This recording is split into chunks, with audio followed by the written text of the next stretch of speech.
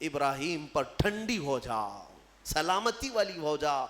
اللہ کا یہ حکم تھا، یا نارو، اے آگ۔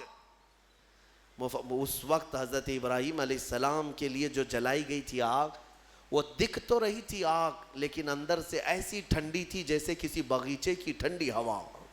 ابراہیم علیہ السلام اس میں کئی دنوں تک رہے، اور آپ کے جسم تو دور کی بات، آپ کے کپڑے کا رواں تک نہیں جلا۔ اور اتنا ہی نہیں، روایات میں ملتا ہے کہ اس زمانے میں پوری دنیا میں جہاں جہاں آگ جل رہی تھی، ساری آگ ٹھنڈی ہو گئی تھی، کیونکہ اللہ نے فرمایا یا نارو، اے آگ ٹھنڈی ہو جا۔ تو ہر آگ نے یہ محسوس کیا کہ یہ حکم میرے لیے تو نہیں ہے، دنیا میں جہاں جہاں آگ جل رہی تھی سب ٹھنڈی ہو گئی۔ ابراہیم علیہ السلام کے لیے ٹھنڈی کی گئی تھی ایک آگ، لیکن دنیا کی ہر آگ ٹھنڈی ہوئی ہے۔ اسی لیے ہمارا یہ عقیدہ ہے کہ اللہ تبارک و تعالی جب اپنے محبوب بندوں کی محبت میں رحمتیں اتارتا ہے یا ان کے آس پاس سے عذاب اٹھاتا ہے، تو جو قریب میں ہوتا ہے سب کو بھی وہ برکت میسر آ جاتی ہے، وہ برکت مل جاتی ہے۔ ابراہیم علیہ السلام کئی دنوں تک وہاں رہے، اور اس کے بعد آگ بجھائی گئی، اور جب آگ کو ٹھنڈا کیا گیا تو ابراہیم علیہ السلام اپنے کپڑے جھاڑتے ہوئے کئی دنوں کے بعد آگ سے باہر آ رہے ہیں۔ میرے عزیزو، وہاں کیسے رہے آپ؟ یہاں تک کہ روایات بتاتی ہیں کہ ابراہیم علیہ السلام کو اس آگ کے اندر پھل بھی ملتے تھے، غذا بھی ملتی تھی، پانی بھی ملتا تھا، ساری نعمتیں ملتی تھی، اور کھاتے بھی رہتے تھے، پیتے بھی رہتے تھے۔ یعنی ابراہیم علیہ السلام کے لیے اللہ تعالیٰ نے وہ مکمل ایک بہترین آرام دہ باغیچہ بنایا۔ یہ مولا کی شان ہے، وہ جب آگ کو چاہے ٹھنڈا فرمائے، اور کبھی ٹھنڈے کو چاہے تو وہ آگ بھی بناتے، اس کی قدرت کے فیصلے۔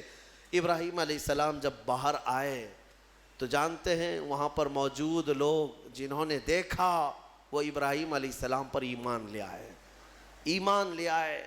اب ابراہیم علیہ السلام کے اس معجزے کے بعد گاؤں والے اور پریشان ہو گئے، جس کو ہم ہمیشہ کے لیے ختم کرنا چاہ رہے تھے، اب تو یہ آگ سے باہر آنے کے بعد ہمارا آدھا گاؤں اپنے دین میں لے لیا ہے۔ اور ابراہیم علیہ السلام کے پیروکار اور بڑھ گئے۔ پھر وہاں سے ہجرت کر کے آپ کو بابل، یہ شہر عراق کا ہے، بابل، آج بھی وہ عراق کا شہر موجود ہے، بابل، انگلش میں اس کو بیبیلون کہتے ہیں، دنیا کی سب سے پرانی آبادی جہاں ہے۔ یہاں سے ہجرت کر کے پھر ابراہیم علیہ السلام فلسطین آئے، جو مصر کا حصہ تھا۔ عزیزان گرامی، اس میں دو باتیں یہاں پر نقل کی جاتی ہیں۔ ایک بات تو یہ ہے کہ سارے لوگ جو وہاں پر ابراہیم علیہ السلام کو آگ لگانے میں مصروف تھے، وہ کیا ہوئے؟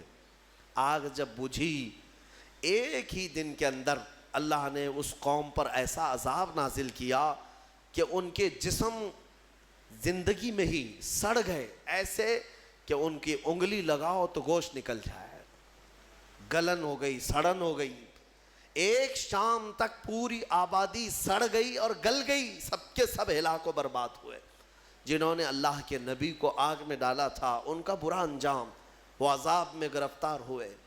ہاں، ایک بات یہ بھی میں بتا دوں کہ جن لوگوں نے ابراہیم علیہ السلام کی حمایت کی تھی، اللہ نے ان کو اپنی محبت سے بھی نوازا اور عنایتوں سے بھی نوازا۔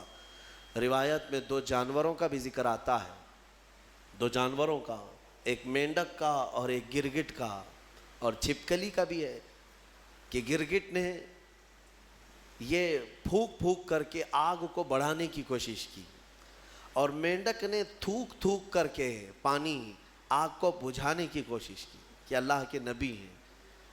یہ آپ اندازہ کریں، گرگٹ کے پھونکنے سے نہ آگ بڑھنے والی ہے، مینڈک کے تھوکنے سے نہ آگ بجھنے والی، لیکن دونوں نے اپنے اپنے کاموں سے اپنی قسمت بنا لی۔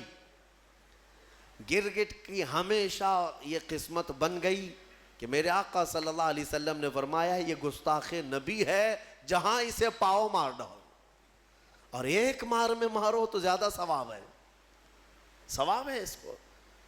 اور مینڈک کے بارے میں فرمایا خبردار، اس کو کہیں دیکھو تو مارو مت، اس لیے کہ یہ اللہ کے نبی کی حمایتی ہے، اللہ کے نبی کے لیے یہ دعا کر رہی تھی, تھوک کر کے آگ بجھانے کی کوشش کر رہی تھی.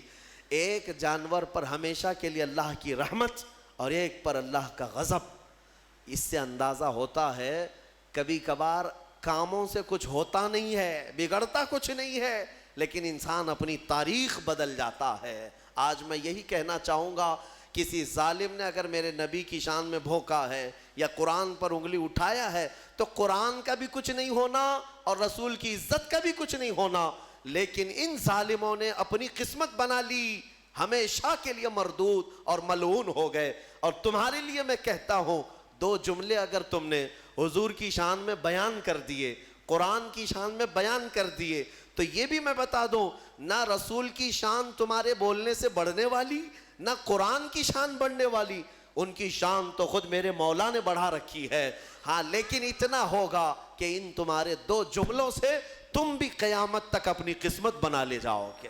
ہاں, تم پر لوگ آئیں گے, رحمتوں کے پھول برسائیں گے. ہاں, ایک زمانے میں کوئی آیا تھا, جب کوئی گالی دے رہا تھا میرے مصطفیٰ کو کہ پیٹھ پیچھے کا علم نہیں, لیکن ایک عاشق تھا جو کہہ رہا تھا, اور کوئی غیب کیا تم سے نہا ہو بھلا, جب نہ خدا ہی چھپا تم پہ کروڑوں درود. دیکھیں, یاد ہے 100 سال گزر گئے بریلی کے امام کو دنیا سے گئے ہوئے, لیکن آج بھی جب مجمع میں اس اعلیٰ حضرت کا ذکر آتا ہے تو ایسا لگتا ہے کہ مجمع میں ایک جان سی پڑ گئی ہے, روح آ گئی ہے. کیوں؟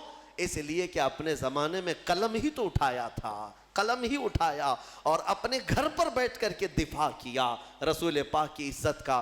اسی لیے میں کہتا ہوں, یہ مت سمجھنا کہ تمہارے کہنے سے کیا ہونے والا ہے, تمہارے بولنے سے کیا ہونے والا ہے. ارے میں تو ایک چھوٹا آدمی, حضور کی شان میں بول کر کے کیا کر لوں گا, باقی بڑے بڑے نکارے بج رہے ہیں. ایسا نہیں ہے میرے عزیزو.